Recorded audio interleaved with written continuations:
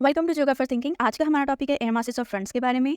तो air masses of fronts के बारे में मैं आपके साथ डिस्कस करूंगी कि एयर मासेस है क्या और इसकी फॉर्मेशन क्या है और इसके अलावा इसकी करैक्टरिस्टिक क्या है और इसकी टाइप्स क्या हैं और इसकी कौन सी एग्जांपल्स हैं। और जब हम एयर मासेस के बारे में डिस्कस करते हैं तो साथ में हमने फ्रंट्स के बारे में भी लाजमी जिक्र करना होता है, क्योंकि जहाँ पे भी आपके एयर मासेस का जिक्र होगा वहाँ पे फ्रंट्स के बारे में लाजमी जिक्र होगा। ठीक है, तो दोनों टॉपिक को साथ ही मैं कवर करवाऊंगी। तो सबसे पहले है एयर मास है क्या।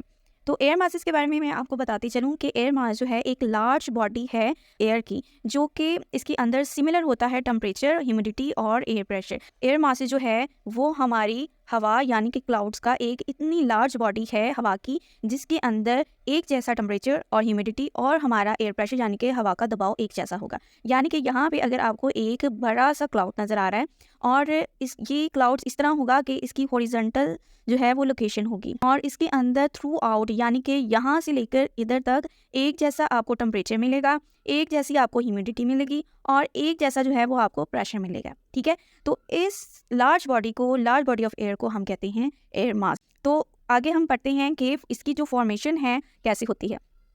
तो एयर मासेस की फॉर्मेशन के बारे में आपके साथ डिस्कस कर रहा हूँ कि एयर मासेस की फॉर्मेशन के लिए आपको जो है वो पीसफुल आपकी एयर होनी चाहिए। वहाँ पे टेम्परेचर और प्रेशर वगैरह जो है वो भी बिल्कुल सुकून वाला होना चाहिए, यानी कि बिल्कुल आराम का जो प्रोसेस है वो थ्रू आउट लॉन्ग टर्म जो है वो वहाँ पे वो फिर जो है एयर मास की जो फॉर्मेशन की कंडीशन है वो कंप्लीट होती है। ठीक है, इसके बारे में जब आप मजीद आगे बढ़ेंगे तो आपको ये वाला जो कॉन्सेप्ट है वो क्लियर हो जाएगा। अब नेक्स्ट चलते हैं एयर मासेस की करैक्टरिस्टिक के बारे में, जो बहुत ही ज़्यादा इंपॉर्टेंट है। इसकी अगर ये करैक्टरिस्टिक होगी तो ही एयर मास जो है वो एयर मास समझा जाएगा। ठीक है, सबसे नंबर 1 पे जो है ये लार्ज लैंड या वाटर मासेस के ऊपर बनना चाहिए। ठीक है, अगर आपका कोई भी कॉन्टिनेंट है तो वहाँ पे ये बनना चाहिए। उसके अलावा अगर आपकी कोई भी वाटर बॉडी है यानी कि ओशन वहाँ पे है तो वहाँ पे ये बनना चाहिए। ठीक है, ये कॉन्टिनेंट पे या फिर ओशन पे, ये दोनों में से एक पे बनते हैं। ठीक है, लार्ज बॉडी होनी चाहिए। उसके अलावा नंबर 2 पे है ये 1000 किलोमीटर से ज़्यादा का एरिया जो है वो कवर करते हैं। 16,000 किलोमीटर तक जो है ये कवर कर सकते हैं। उसके अलावा नंबर 3 पे है ये फिजिकल बाउंड होने चाहिए, यानी कि ये एक जैसा ही जो क्लाउड्स हैं ये बने होने चाहिए और ये ट्रैवल भी एक साथ करें यानी कि एटमॉस्फेयर के अंदर, और ये एक सिंगल यूनिट की तरह ही काम करें। सिंगल यूनिट का मतलब ये है कि ये देखें, ये क्लाउड बना हुआ है तो ये आपको एक सिंगल यूनिट नज़र आ रहा है, तो ये सिंगल यूनिट ही होना चाहिए। ये नहीं होना चाहिए कि थोड़ा सा इधर क्लाउड है, थोड़ा सा इधर क्लाउड है, थोड़ा सा इधर क्लाउड है। ठीक है, तो ये एक सिंगल यूनिट की तरह का होना चाहिए और ये फिजिकली जो है वो बाउंड होने चाहिए। ठीक है, उसके अलावा 4 नंबर पे देखें और ये हॉरिजॉन्टल जो है वो लार्ज होने चाहिए। उसके अलावा नेक्स्ट जो स्लाइड है वो इस बारे में होगी कि एयर मासेस की जो है वो टाइप्स कितनी हैं। एयर मासेस को जो है वो 3 बेसिस के ऊपर जो है हम डिवाइड करते हैं। सबसे पहले डिवाइड कट किया जाता है इसकी टाइप को बाय मूवमेंट, यानी कि मूवमेंट के लिहाज से एयर मासेस जो है वो किस तरह मूव करते हैं। थर्मल यानी टेम्परेचर की बेस पे, और सोर्स रीजन का मतलब ये है कि किन इलाकों में ये बन रहे हैं उनके सोर्स रीजन की बेस पे ही इनको जो है हम डिवाइड करते हैं। स्टेबल को हम जो है वो स्मॉल एस के साथ जो है वो डोनेट करते हैं और जो अनस्टेबल है इनको स्मॉल यू के साथ किया जाता है। ठीक है, आगे हम नेक्स्ट स्लाइड की तरफ जाते हैं बायथर्मल। तो बायथर्मल की बेस पे जो एयर मास है उनको मैंने डिवाइड किया है, यानी कि बुक पे भी इसको डिवाइड किया गया है कोल्ड और दूसरा है हॉट। जो कोल्ड है यानी कि हमारी अर्थ पे जो पोलर एरियाज होंगे वहाँ पे एयर मासेस जो होंगे वो कोल्ड होंगे, और जो इक्वेटर या ट्रॉपिकल की तरफ जो बनेंगे उनको हम कहेंगे हॉट यानी कि वार्म। ठीक है, कोल्ड को हम डोनेट करते हैं के साथ और जो हॉट है यानी कि वो वार्म होते हैं उनको डोनेट किया जाता है डब्ल्यू के साथ। सोर्स रीजन की बेस के ऊपर हम किस तरह जो है वो एयर मास को डिवाइड करेंगे, तो इस स्लाइड को मैं आप थोड़ा सा जूम कर देती हूँ ताकि आपको अच्छे से समझ लग जाए। यहाँ पे देखिए ये हमारी जो है इमेज पे हमारी अर्थ सरफेस है और यहाँ पे दरमियान में हमारा इक्वेटर है।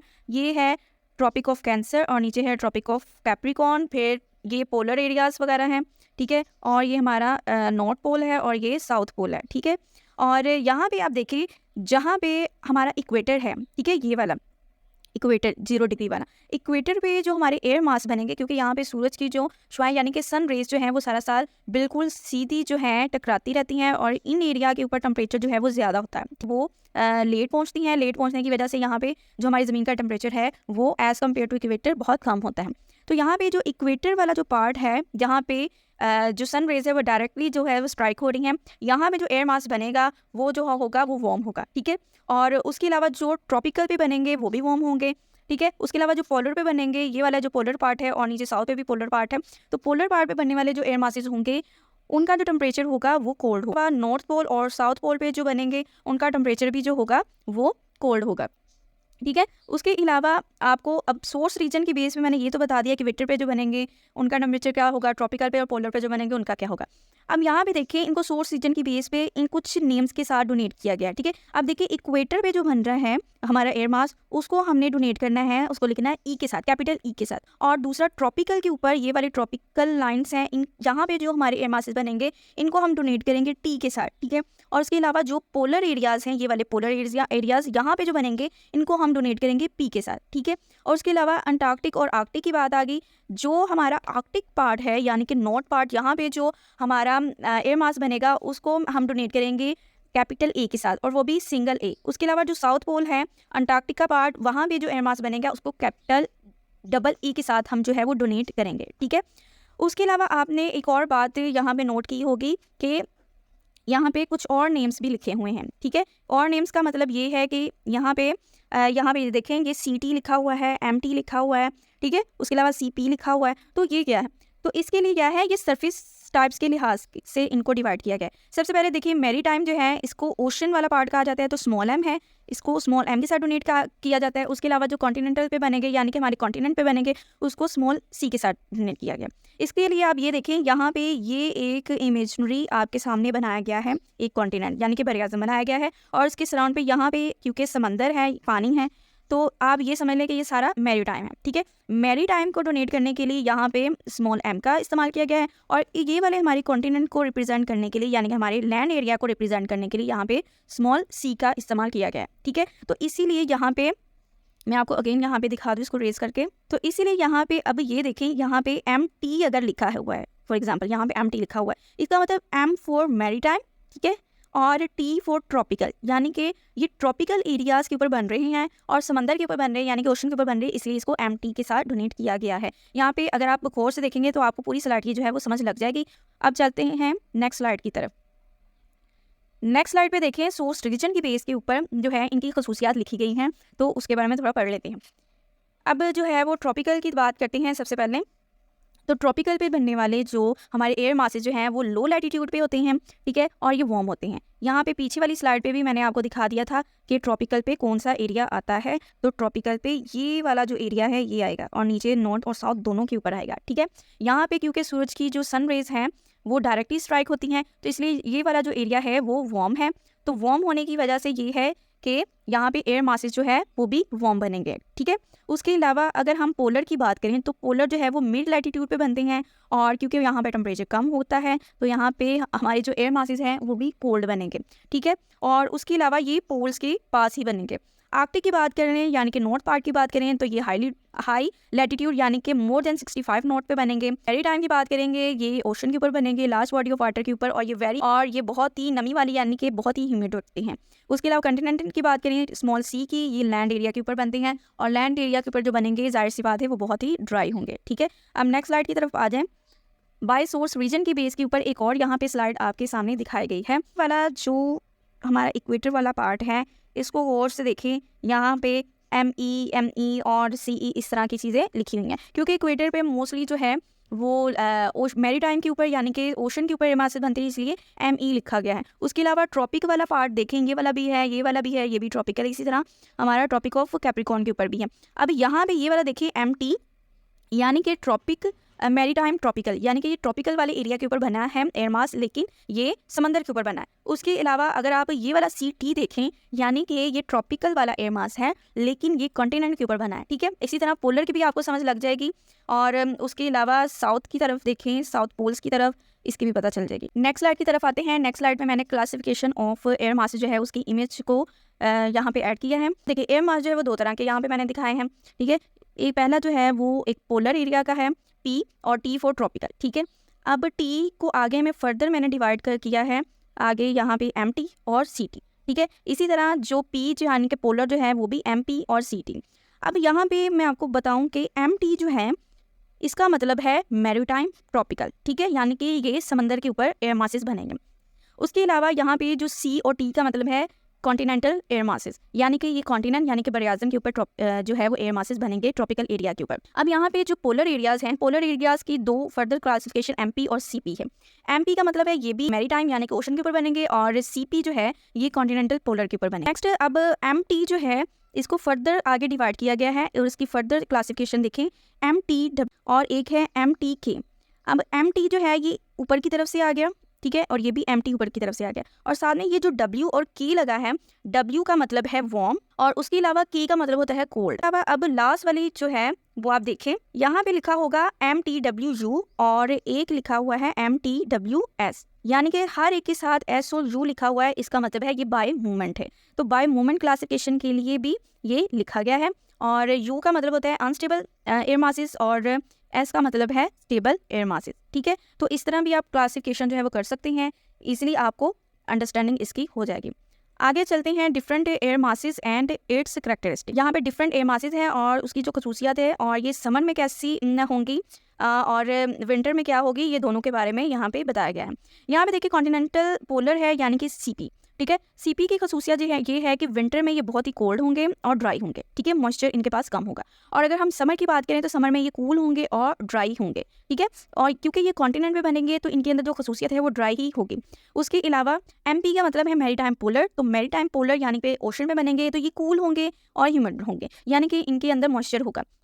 ये विंटर की बात हो रही है। उसके अलावा समर में देखिए कि माइल्ड होंगे और ह्यूमिड होंगे। और कॉन्टिनेंटल ट्रॉपिकल यानी कि सिटी की अगर बात करें, क्योंकि ट्रॉपिकल वाले एरिया में बनेंगे कूल और ड्राई होती हैं। विंटर की कैरेक्टरिस्टिक है, अगर समर में देखें तो बहुत ही हॉट होंगे, क्योंकि यहाँ पे ट्रॉपिकल वाले एरिया में समर के टाइम बहुत ही ज़्यादा गर्मी होती है, तो इसलिए ये वेरी हॉट और ड्राई होंगे। कॉन्टिनेंटल आर्कटिक की बात करें यानी कि CA की, ये विंटर में बहुत ही ज़्यादा कोल्ड होते हैं और ड्राई होते हैं, और इनकी थ्रू आउट पूरा साल जो है यही कंडीशन रहती है। नॉर्थ अमेरिका की एग्जांपल दी है, यहाँ पे बेस्ट समझी जाती है नॉर्थ अमेरिका की एग्जांपल। तो आपने इसको, मैं स्लाइड को थोड़ा सा जो है वो क्लोज कर देती हूँ, और यहाँ पे आपके सामने बना हुआ है नॉर्थ अमेरिका का मैप। यहाँ पे ये आपको बाउंड्री नजर आ रही हो, यहाँ पे बाउंड्री है, ये वाला जो पार्ट है ये वाला, यहाँ पे रेड एरो है, और ऊपर वाला जो पार्ट है यहाँ पे है ब्लू एरो। और आपको पता है जो रेड एरो है ये आपको बताएंगे यहाँ पे जो है वार्म एयर मासेस है, और जो ब्लू कलर के हैं ये आपको बताएंगे यहाँ पे कोल्ड या कोल्ड एयर मासेस है, ठीक है, इनका टेम्परेचर कम है। अब इनकी बाय मूवमेंट जो है वो भी दिखाई गई है, एरो जो है वो मूवमेंट को भी शो कर रहे हैं। जो ट्रॉपिकल एयर मासेस हैं वो मूव कर रहे हैं अपवर्ड, ठीक है, इनके एरो देखें, ये अपवर्ड मूवमेंट है इनकी। जो हमारे पोलर एरिया के जो एयर मासेस हैं वो मूव कर रहे हैं डाउनवर्ड। जो मैरीटाइम हमारे जो एयर मासेस हैं वो लैंड की तरफ यानी कॉन्टिनेंट की तरफ मूव कर रहे हैं, ठीक है। एक तरफ ये देखें कि एक जंग का समा आपको यहाँ पे लग रहा होगा, ठीक है, जंग का समा लग रहा है कि सारे जो एयर मासेस हैं वो नॉर्थ अमेरिका के अंदर की तरफ आ रहे हैं, और यहाँ पे हमलावर हो रहे हैं। ये दरमियान वाली स्लाइड, दरमियान वाली जगह की बेस्ट एग्जाम्पल समझी जाती है मासेस को स्टडी करने के लिए, और इसीलिए यहाँ पे नॉर्थ अमेरिका का जो वेदर है और क्लाइमेट है वो इन एयर मासेस की वजह से बहुत ही ज़्यादा इफेक्टिव होता है। एयर मासेस का टॉपिक जो है वो अब कंप्लीट हो गया है। अब हम जाते हैं फ्रंट्स की तरफ। तो सबसे पहले है व्हाट इज़ फ्रंट। देखिए जहाँ पे अभी आपको एयर मास जो है वहाँ पे जिक्र मिलेगा, वहीं पे फ्रंट्स का भी आपको जिक्र मिलेगा कि जहाँ पे भी एयर मास जो है वहाँ पे मिल रहे होंगे, यानी कि वेयर एयर मासेस मीट, लेकिन डू नॉट मिक्स, यानी कि वो मिक्स नहीं हो रहे होंगे। क्यों नहीं मिक्स हो रहे होंगे? क्योंकि इनका टेम्परेचर और डेंसिटी जो है वो डिफरेंट होगी। तो जहाँ पे भी एयर मासेस जो है वो आपको मिले, ठीक है, एक फॉर एग्जांपल एक ये एयर मास है और एक ये एयर मास है, कि ये आपस में मिल नहीं रहे। क्यों नहीं मिल रहे? क्योंकि एक गर्म एयर मासेस होगा और एक ठंडा एयर मासेस होगा।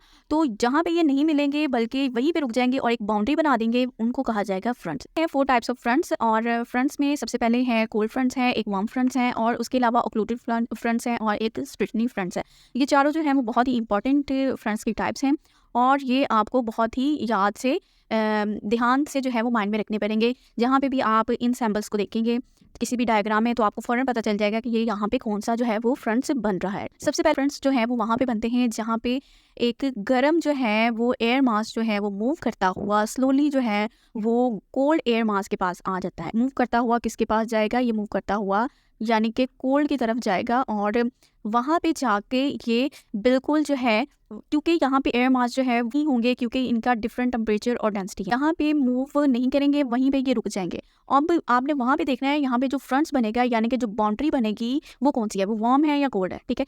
अब वहाँ पे आप देखेंगे जो वार्म है वार्म जो है वो क्योंकि इसके अंदर टेम्परेचर जो है वो ज़्यादा होता है, और टेम्परेचर ज़्यादा होने की वजह से इनके अंदर जो है हवा जो है वो लाइट होती है, और हवा लाइट होने की वजह से क्या होगा, ये अपवर्ड जो है वो मूव कर जाएंगे, ठीक है, अपवर्ड मूव कर जाएंगे। और जो कोल्ड है क्योंकि इसके अंदर जो है वो टेम्परेचर ज़्यादा है, और उसके अलावा इनके अंदर जो प्रेशर जो है वो भी ज़्यादा है, और प्रेशर ज़्यादा होने की वजह से ये और भारीपन की वजह से ये नीचे की तरफ मूव करें है, एयर मास ऊपर आ जाएगा, और उसके अलावा जो कोल्ड है वो नीचे की तरफ आ जाएगा। तो इन दोनों की इस तरह की मूवमेंट को वहाँ पे मूवमेंट की वजह से वहाँ पे जो फ्रंट बनेगा उसको हम वार्म फ्रंट करेंगे। उसके अलावा यहाँ पे जो क्लाउड्स बनेंगे वो ऑल्टो क्यूमुलस बनेंगे, ठीक है, यहाँ पे।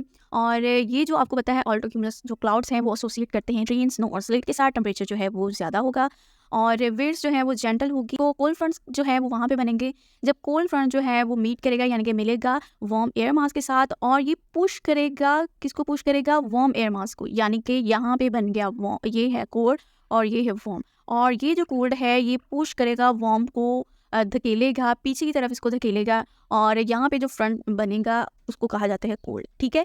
कोल्ड क्यों बनेगा, क्योंकि कोल्ड एयर जो है वो यहाँ पे ज़्यादा ताकतवर है, और वार्म एयर मास को वो पुश कर रही है, पुश बैक कर रही है, पीछे की तरफ धकेल रही है, ठीक है। और यहाँ पे जो डोमिनेंट है वो कोल्ड एयर मास है, तो इसीलिए यहाँ पे जो फ्रंट बनेगा वो कोल्ड एयर फ्रंट बनेगा, कोल्ड फ्रंट बनेगा।